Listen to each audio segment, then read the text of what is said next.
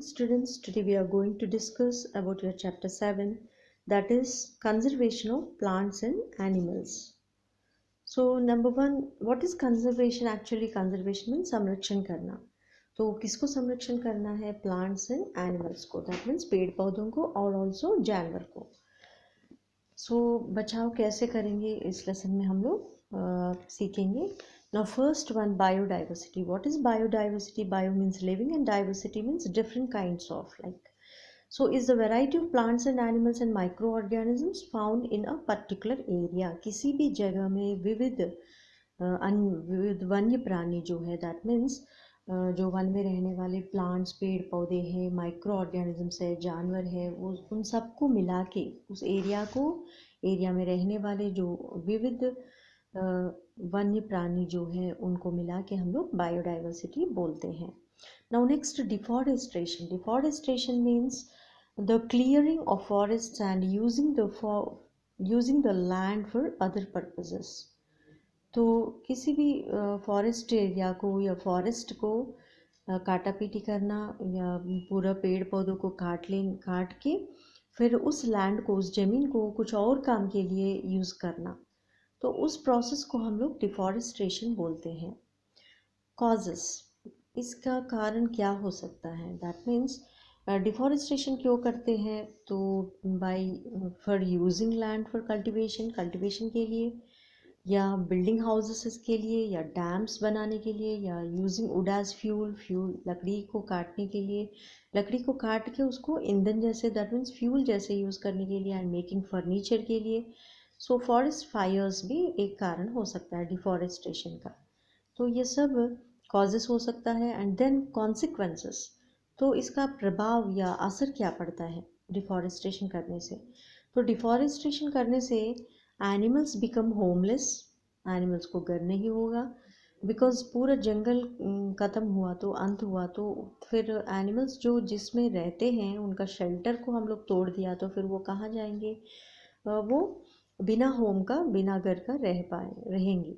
And then lowering of ground water level, जो water table है वो पूरा लोअर डाउन हो जाएगा, because with the help of trees के मदद से ही हमको ट्रांसपिरेशन होता है, एंड ट्रांसपिरेशन के मदद से इवापोरेशन होता है, एंड इवापोरेशन के मदद से क्लाउड बन जाता है, एंड क्लाउड के हेल्प से हमको बारिश हो जाता है. इफ़ बारिश नहीं होगा तो फिर वाटर टेबल डाउन होते ही जाएगा. And next thing, soil erosion. जो सॉइल इरोशन है, दैट मीन्स अगर ज़्यादा ट्रीज़ है, तो जंगल में ट्रीज़ है तो वो मिट्टी को फिक्स करके, रूट्स, जड़ जो है वो फिक्स करके रखते हैं मिट्टी को. लेकिन अगर ट्रीज़ है ही नहीं उधर उस लैंड में, फिर सॉइल इरोशन ही होगा. What is soil erosion? Soil erosion means ऊपर का जो लेयर है मिट्टी का वो उड़ते जाएगा. तो किस लिए उड़ेगा? तेज हवा से, दैट मीन्स विंड से उड़ सकता है, या बारिश के रूप से भी उड़ सकते हैं वो जो मिट्टी है. तो उड़ गए तो फिर क्या बनेगा? वो जो प्लेस है, वो जो एरिया है वो बंजर बन जाएगा, या डेजर्ट, रेगिस्तान जैसा बन जाएगा. उस प्रोसेस को हम लोग डीसर्टिफिकेशन भी बोलते हैं, right. Then next, natural calamities. जो प्रकृति से आपत्ति आ जाता है, लाइक फ्लड्स आ जाता है, एंड बाढ़, दैट मीन्स फ्लड्स मीन्स बाढ़ आ जाता है, अकाल आ जाता है, अकाल आ सकता है, भूकंप आ सकता है, कुछ भी हो सकता है, that means which are very dangerous to us. Landslides भी हो सकता है, जब पहाड़ जैसे वो चट्टान गिरना, ये सब होना. एंड ग्लोबल वार्मिंग बढ़ जाएगा. तो what is global warming? Already we have learned in the previous lesson. Global warming means जो एटमॉस्फेयर में कार्बन डाइऑक्साइड बढ़ जाएगा विदाउट प्लांट्स. अगर प्लांट्स को पूरा काटे तो, डिफॉरेस्टेशन किया तो, फिर प्लांट्स जो फोटोसिंथेसिस के समय कार्बन डाइऑक्साइड के लिए कार्बन डाइऑक्साइड को लेते हैं, जब प्लांट्स है ही नहीं तो फिर कार्बन डाइऑक्साइड एटमॉस्फेयर में ही रह जाएगा. तो उससे क्या होगा? सनलाइट को ट्रैप कर लेगा ज़्यादा कार्बन डाइऑक्साइड, फिर ये जो एटमॉस्फेयर है हमारा गर्म हो जाएगा, एंड उससे पोलर आइस मेल्ट हो जाएगा, एंड फ्लड्स आ सकता है कोस्टल एरियाज में, वाटर राइज हो सकता है समुद्र में. तो ये सब हमको कॉन्सिक्वेंसेस, प्रभाव पड़ेगा. तो now next, conservation of forest, तो जंगल को हम लोग इसलिए हम लोग क्या करना है, जंगल को कंजर्व करना है, दैट मीन्स संरक्षण करना है या बचा के रखना है। तो how, afforestation, first thing afforestation करना है। What is afforestation? The process of planting trees, नए नए छोटे छोटे पौधों को उगाना चाहिए। फर्स्ट थिंग, जहाँ एरिया आपके पास ज़्यादा है तो उस एरिया को फॉरेस्ट जैसा, दैट मीन्स बहुत सारे पेड़ उगा के एक जंगल जैसा बनाना है। नेक्स्ट, प्रिवेंटिंग फॉरेस्ट फायर्स, जो जंगल में आग कभी कभी लग जाता है तो उसको हम लोग तुरंत बुझाना है, नहीं तो फिर नुकसान हो जाएगा। And next, forest management means जंगल को मैनेज करना, कैसे, taking care of forest and products. तो फॉरेस्ट डिपार्टमेंट वाले या जो कोई भी, हम लोग उसको ध्यान देना है फॉरेस्ट को, जंगल को, एंड जंगल में रहने वाली चीज़ों को भी, जो बहुत सारा मेडिसिन, पेपर, बैम्बू से पेपर बनता है, and so many things will get from the forest. तो उन सारे प्रोडक्ट्स को हम लोग बचा के रखना है।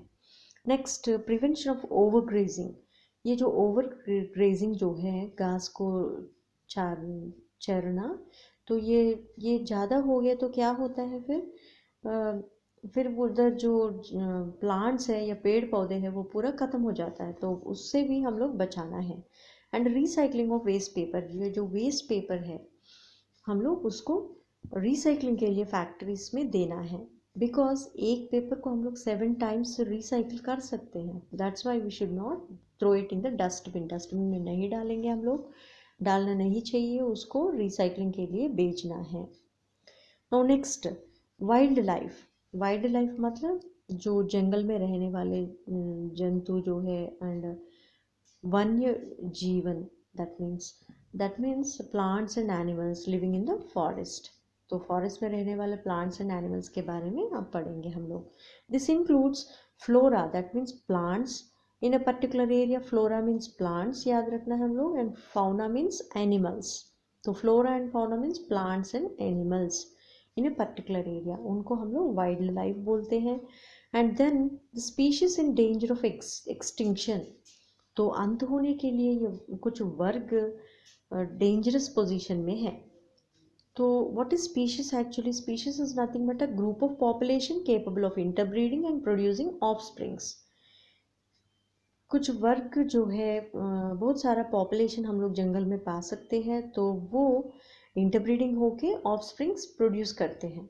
तो विद दैट क्या होता है, हमारा स्पीशीज जो है वो कम नहीं होगा, like that. So first one, extinct species मतलब disappearance of species, तो अंत होने का वर्ग, कोई भी जानवर अंत हो गया तो extinct species मतलब disappearance, that means नहीं दिखेगा हमें अभी, like एग्जाम्पल डूडू करके एक बर्ड है, unique bird end of Mauritius, अब वो अंत हो गया, एक्सटिंक्ट हो गया, दैट मीन्स डिसअपियर हो गया।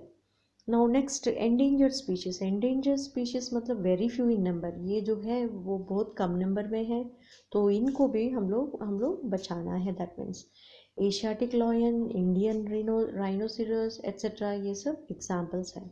नाउ वल्नरेबल स्पीशीज मतलब गोइंग टू डिक्लाइन, ये भी ख़त्म होने वाला है इस दुनिया से, so that's why we have to maintain या we have to take care of them. Example, musk deer and black buck etc.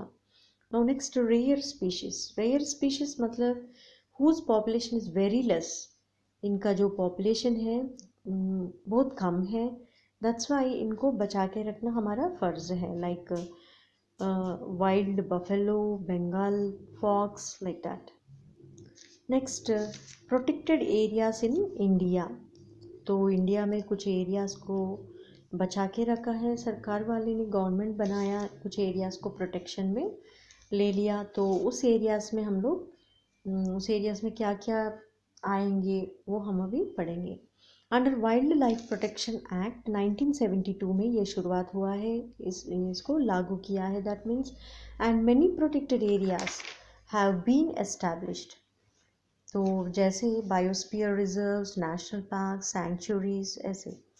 तो biosphere reserves designed to provide protection to wild flora and fauna, जो वन में रहने वाले जीव जंतु जो है एंड पेड़ पौधों को संरक्षण करने के लिए एक प्रोटेक्शन, दैट मीन्स एक रूल बनाया था, and that is in the biosphere reserve. उस एरिया को, पर्टिकुलर एरिया सिलेक्ट करके उस एरिया को बायोस्फीयर रिजर्व बोलते हैं, एंड इन दैट एरिया इसको प्रोटेक्ट किया जाता है एनिमल्स और प्लांट्स को।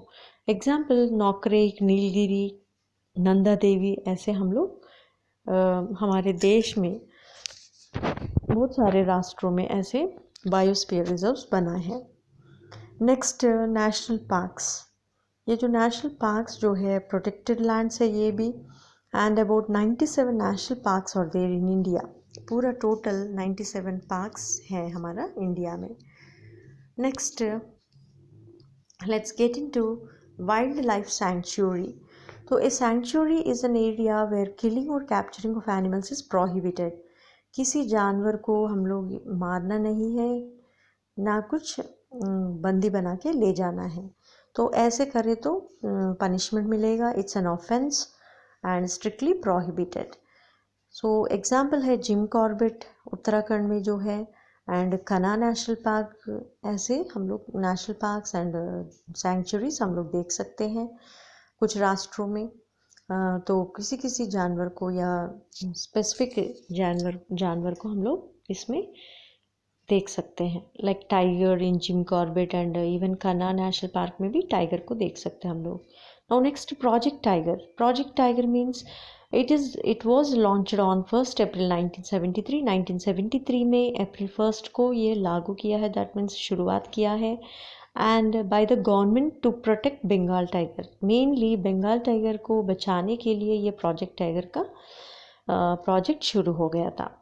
Next, RID data book. RID data book is nothing but the book provides a central information source in organizing and monitoring programs on rare and endangered species.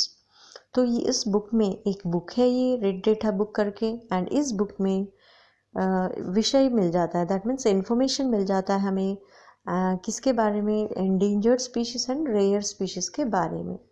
तो उसको कैसे जांच किया जाता है एंड कैसे व्यवस्था किया जाता है, उन चीज़ों को, उन वर्ग को बचाने के लिए क्या क्या करना है, कौन सा प्रोग्राम करना है, ये सारे चीज़ उसमें लिखा रहता है RID डेटा बुक में। Next migration. Migration is nothing but the movement of animals from its own habitat to some other habitat for a particular time period every year. तो कोई भी जानवर या पक्षियाँ एक जगह से अपने रहने वाला जगह, दैट मीन्स होमलैंड से, ओन हैबिटेट से दूसरे जगह पहुँचते हैं। तो पर्टिकुलर सीज़न में ब्रीडिंग के लिए या कुछ सीज़न एडॉप्टेशंस, कुछ गर्मी ज़्यादा लगने से या ठंड ज़्यादा लगने से, ऐसे कुछ कारण से वो अपनी हैबिटेट को छोड़ के, दैट मीन्स अपना घर छोड़ के वो दूसरा देश में या दूसरे जगह में चले जाते हैं। ओनली फॉर पर्टिकुलर सीज़न, वो कुछ दिनों के लिए जाता है, एंड एवरी ईयर, हर साल में, एंड लेकिन फिर वापस चले जाते हैं अपना हैबिटेट पे। So this is the migration.